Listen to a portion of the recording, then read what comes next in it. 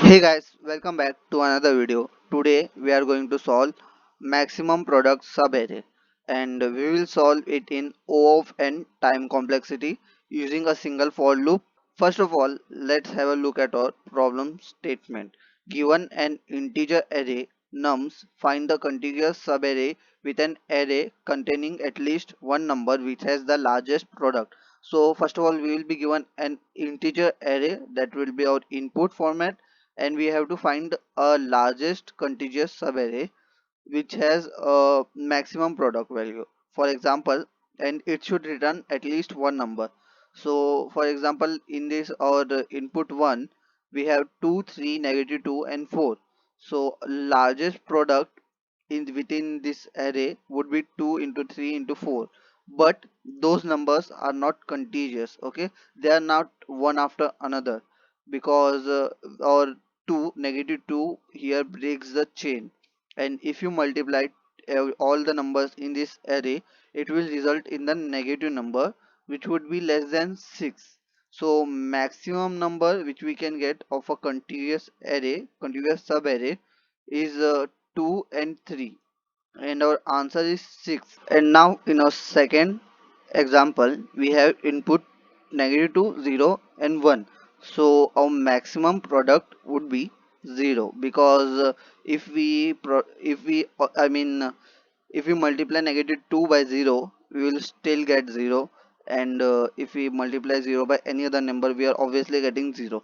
So that's the largest number we can return, because if we return negative 1 or negative 2, both are less than 0, so that would be not proper output because we want maximum number or maximum product, and we can return a single digit as well.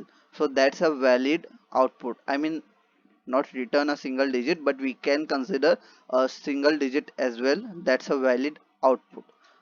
So now what are we going to do?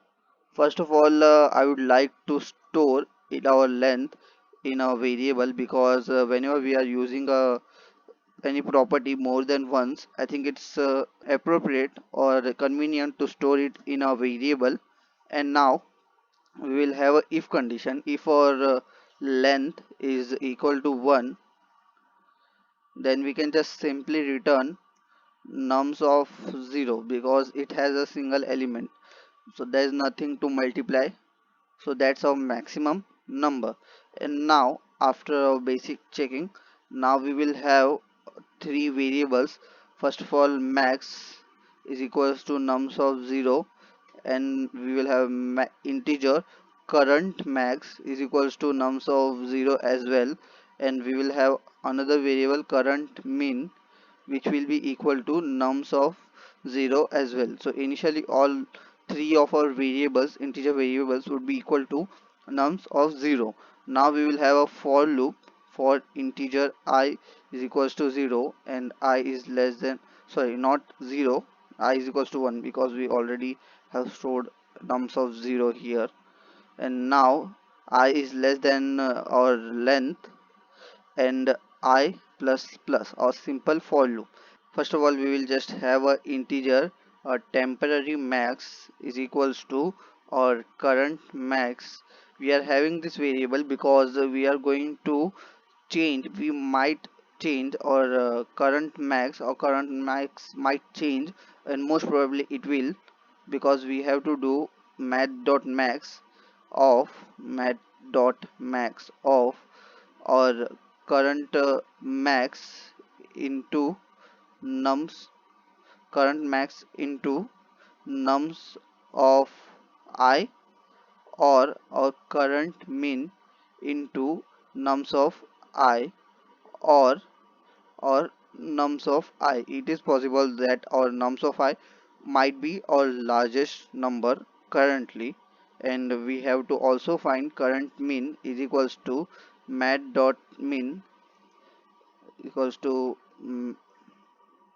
mat.min again, and it will have same logic, but except of maximum, this time we are finding minimum. Okay, and also not current max, sorry for that, we will here use or temp max. As you might remember, we have stored our current max when we entered the loop, and our current max might have changed, so that's why we are storing it and our nums into I, or it might be our nums of I. So, and that's it.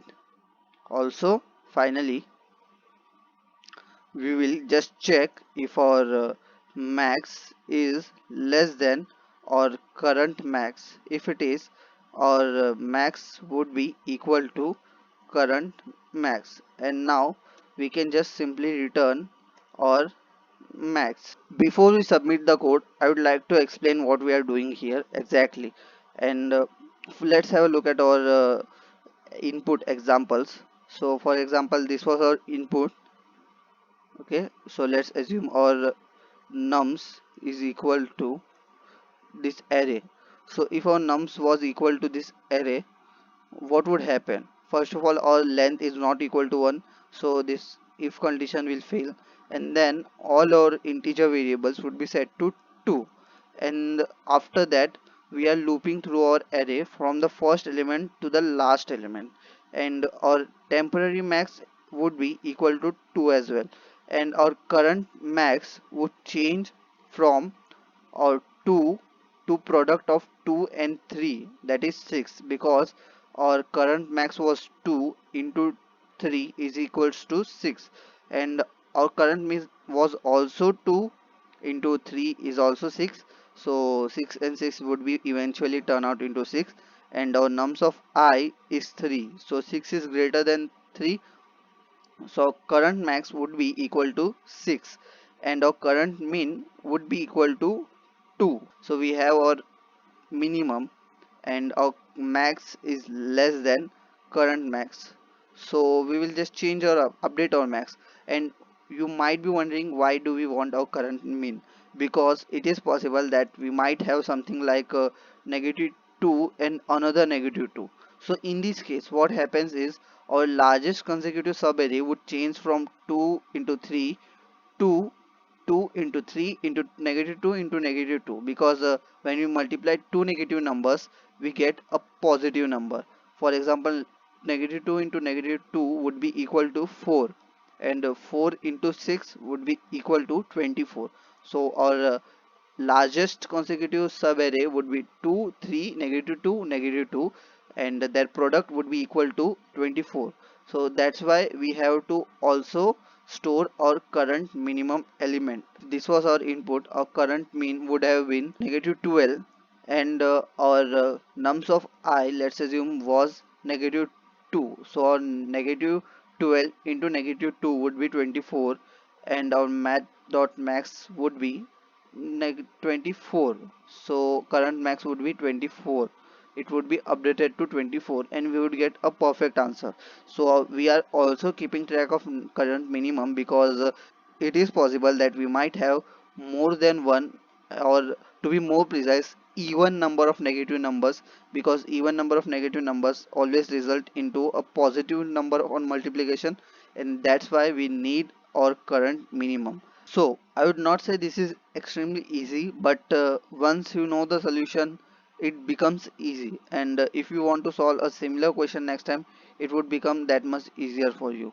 And now let's submit our code. I think it will definitely run, and it's accepted.